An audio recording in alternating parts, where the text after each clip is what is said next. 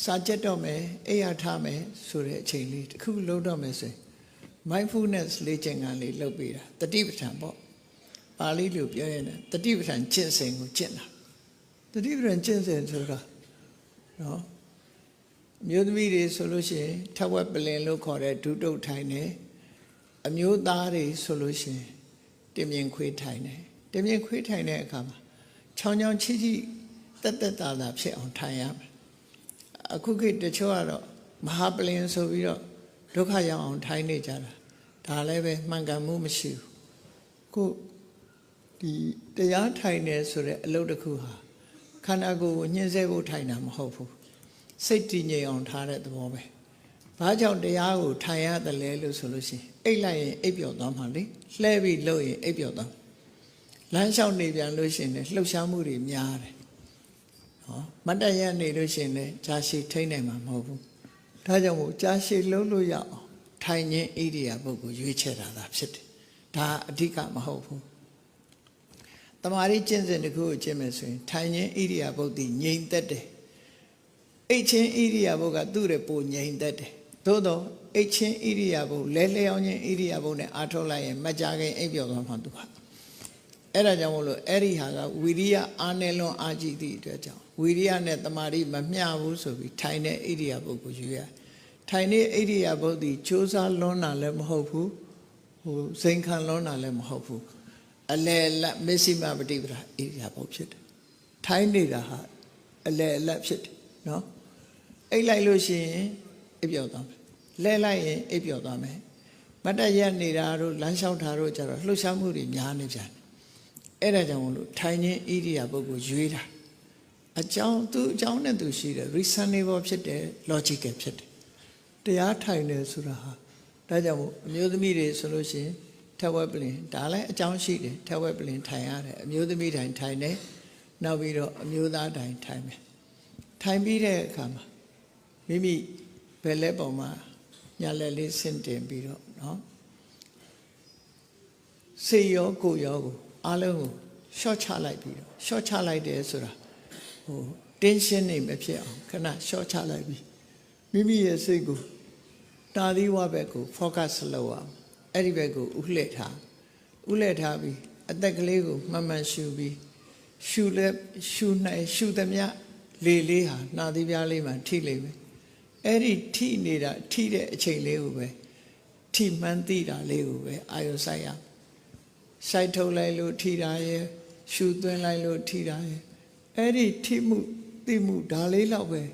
အာယုံစိုက်ပြီးတော့တခြားအာယုံတွေကိုဘေးမရောက်စေပဲနဲ့လေလေးထိတာလေးကိုပဲလိုက်ပြီးတော့ရွတ်ဆိုစရာမလိုဘူး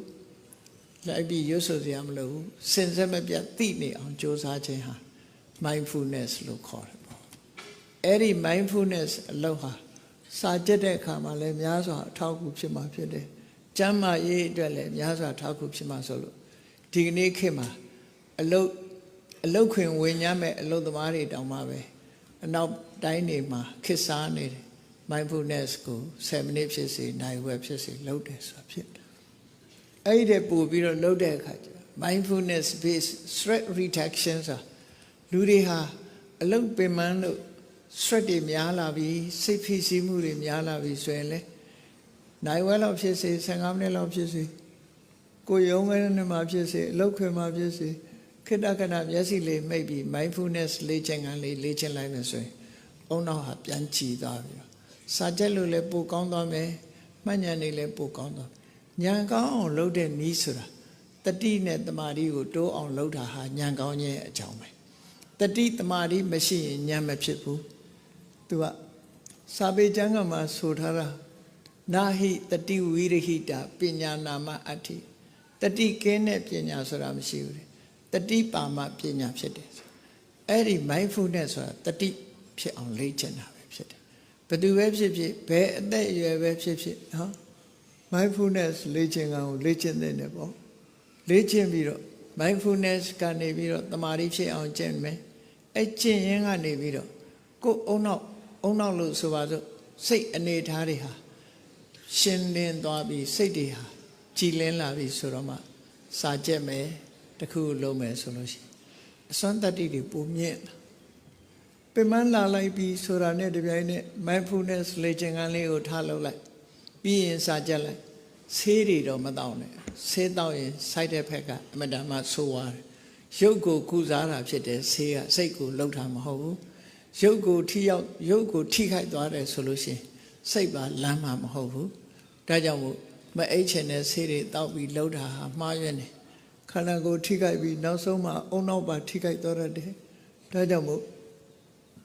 mindfulness လေ့ကျင့်ခန်းကိုစမ်းသပ်ကြည့်အသိဉာဏ်တွေတိုးတက်လာအောင်တတိဆိုတာမွေးမြူရတယ်တမာတိဆိုတာမွေးမြူရတယ်တတိနဲ့တမာတိမွေးမြူပေးခြင်းအပြင်ပညာရည်တွေဟာကိုယ်ဟာမြင်မာလာနိုင်တယ်လို့သူတို့ဆိုတယ်ဒါကြောင့်မို့လို့အဲ့ဒီလေ့ကျင့်ခန်းလေးကိုနေ့တိုင်းလူတိုင်းဟာအချိန်မီ7 နေ့ပဲဖြစ်စေစာကြက်လို့ခေါင်းနောက်လာပြီဆိုရင်လေအဲ့လေ့ကျင့်ခန်းလေးကိုလုပ်လိုက်အဲ့ဒါဟာတကယ်ကို mental exercise ပဲ physical exercise ကတစ်မျိုး mental exercise ကတစ်မျိုးဇာမယခါ physical exercise လုပ်ရတယ်လို့ mental exercise လည်းလုပ်ပေးရအဲ့ဒီလိုလုပ်ပေးမှစိတ်ရောကိုယ်ရောလန်းဆန်းတက်ကြွလာပြီတတိတွေကောင်းလာပြီဆိုရင်ပညာရည်ဟာတိုးတက်လာမှာဒါအဲ့ဒီနည်းနဲ့လေ့ကျင့်တဲ့ပညာရည်တိုးတက်အောင်လေ့ကျင့်တဲ့နည်းပဲအဲ့တော့စိတ်ထဲမှာတခြားအရာတွေကိုမသွင်းမဲနဲ့အမိုက်တရိုက်တွေကိုရှင်းပစ်တဲ့သဘောပဲ mindfulness လုပ်ပြီးတော့ရှင်းပစ်လိုက်တာဉာဏ်တွေခေါင်းထဲမထည့်ဘူးမထည့်လိုက်တဲ့အခါမှာစိတ်ဟာအေးချမ်းတော့အဲ့ဒီလိုအေးချမ်းမှုဆိုတဲ့စိတ်ကိုအခြေခံပြီးတော့ကြိုးစားအားထုတ်ခြင်းပဲဖြစ်တယ်